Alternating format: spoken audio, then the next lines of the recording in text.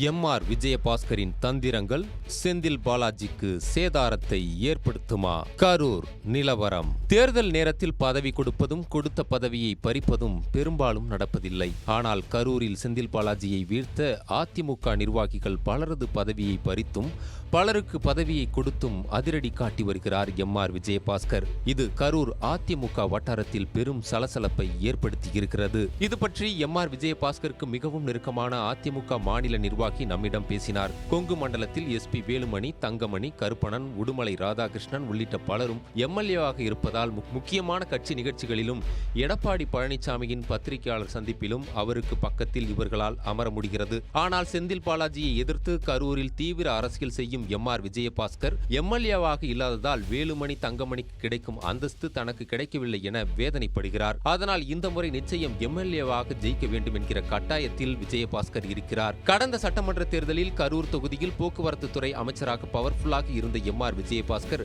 பதவி இல்லாத செந்தில் பாலாஜியிடம் 10,000 வாக்கு வித்தியாசத்தில் தோல்வியடைந்தார். அப்போதே அப்படி என்றால் தற்போதைய நிலையில் செந்தில் பாலாஜி அசுர பலத்துடன் இருக்கிறார். அவரை எப்படி வீழ்த்துவது என்று தனக்கு நெருங்கிய நிர்வாகிகளுடன் ஆலோசனை செய்து கரூர் தொகுதியில் தனது ராஜதந்திரத்தை பயன்படுத்தி வருகிறார் விஜயபாஸ்கர். அந்த வகையில் சமீபத்தில் கரூர் நகர தெற்கு பகுதி செயலாளராக இருந்த வி.சி.கே. ஜெயராஜ் என்பவரின் பதவியை பறித்தார். அவருக்கு பதிலாக தாந்தோணி ரவியை தெற்கு நகர செயலாளர் ஆக்கினார். இந்த ரவி 4 ஆண்டுகளுக்கு முன்பு திமுகவிலிருந்து நீக்கப்பட்ட தாந்தோணியின் முன்னாள் நகராட்சி தலைவர். இவர் கடந்த நவம்பர் 7ஆம் தேதிதான் அதிமுகவில் இணைந்தார். இந்த நிலையில் கட்சியில் சேர்ந்த 3 மாதங்களில் நகர செயலாளர் பதவியா என்று கரூர் நகர அதிமுகவினர் குதித்துவிட்டனர். தாந்தோணி பகுதியில் அதிக ஓட்டு வாங்குவதற்காகத்தான் ரவியை நகர செயலாளராக நியமித்திருக்கிறேன். செந்தில் பாலாஜியை வீழ்த்த வேண்டுமென்றால் இதற்கு நீங்கள் ஒத்துழைக்க வேண்டும் என்று எம்.ஆர். விஜயபாஸ்கர் கட்சியினரை கேட்டுக்கொண்டார். அதேபோல் ஒரே ஒன்றியமாக இருந்த கரூர் ஒன்றியத்தை 3ஆக பிரித்து 5 ஊராட்சிக்கு பதிலாக ஒரு ஒன்றிய செயலாளர் வீதம் கமலக்கண்ணன், தங்கராஜ், கணேசன் ஆகிய 3வரையும் நியமித்துள்ளார்.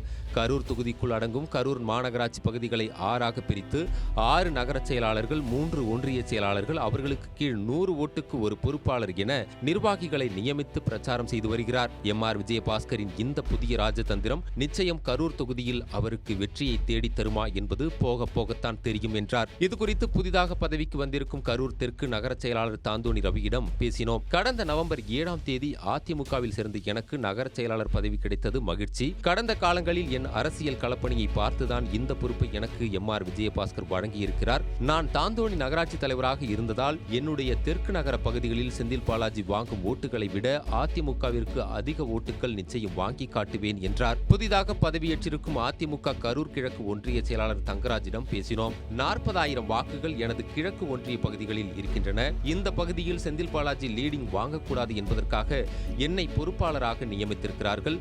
எனக்கு கொடுத்த பொறுப்பை திறம்பட செய்து செந்தில் பாலாஜியை நிச்சயம் வீழ்த்துவேன் என்றார். இதுகுறித்து கரூர் மாநகராட்சி திமுக துணை மேயரும் கரூர் தெற்கு திமுக நகர செயலாளருமான தாரணி சரவணன் நம்மிடம் செந்தில் பாலாஜியை வீழ்த்த கரூர் தெற்கு நகர செயலாளராக எம்.ஆர். விஜயபாஸ்கர் நியமித்திருக்கும் ரவி தாந்தோணி நகராட்சி தலைவராக இருந்தவர். கடந்த சட்டமன்ற தேர்தலில் கரூர் தொகுதியில் சுயேட்சையாக போட்டியிட்டு வெறும் 379 வாக்குகள் மட்டுமே வாங்கியவர். இவரை வைத்துக் கொண்டு செந்தில் பாலாஜியை வீழ்த்துவோம் என விஜயபாஸ்கர் சவால் விடுகிறார். இவர் நியமித்திருக்கும் பொறுப்பாளர்கள் அனைவருமே செல்லா காசுகள். விஜயபாஸ்கரின் ராஜதந்திரங்கள் அனைத்தும் இந்த தேர்தலில் வீணாகும்.